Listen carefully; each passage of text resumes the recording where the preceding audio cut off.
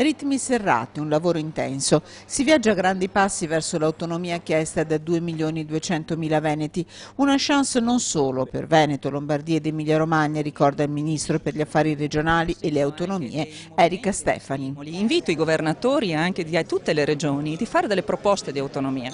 Perché l'autonomia è proprio la concedere appunto la possibilità di lavorare sulle proprie capacità, però è anche una grande sfida, è la sfida di portare la classe politica a essere molto responsabilizzata, perché nel momento in cui si porta il centro di governo, di decisione più vicino al territorio, più il territorio ha la possibilità di verificarne anche gli buoni effetti o i cattivi effetti. Autonomia per tutti, per il nord e anche per il meridione. Condivide appieno il Ministro Stefani la lettera aperta scritta dal governatore Zaia ai cittadini del sud. È una lettera aperta in realtà che non è solo rivolta alla gente del sud, ma anche alla classe politica del sud, perché il sud è bellissimo, sarebbe il fiore all'occhiello di tutta l'Italia, una potenzialità enorme che è stata sacrificata da una storia che purtroppo ha impedito per certe volte di avere proprio una valorizzazione. Ma anche vi è una responsabilità della classe politica. Autonomia, potenzialità enorme, ribadisce il Ministro,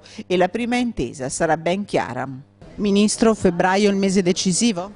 Per me è un mese decisivo, per noi tutti abbiamo fatto un lavoro enorme, abbiamo fatto i tavoli tecnici, abbiamo fatto i tavoli politici, i confronti, i dibattiti, adesso arriviamo al dunque e a dove ci sarà la possibilità quindi di valutare se alla fine sarà un tipo di autonomia che piace ai governatori o no.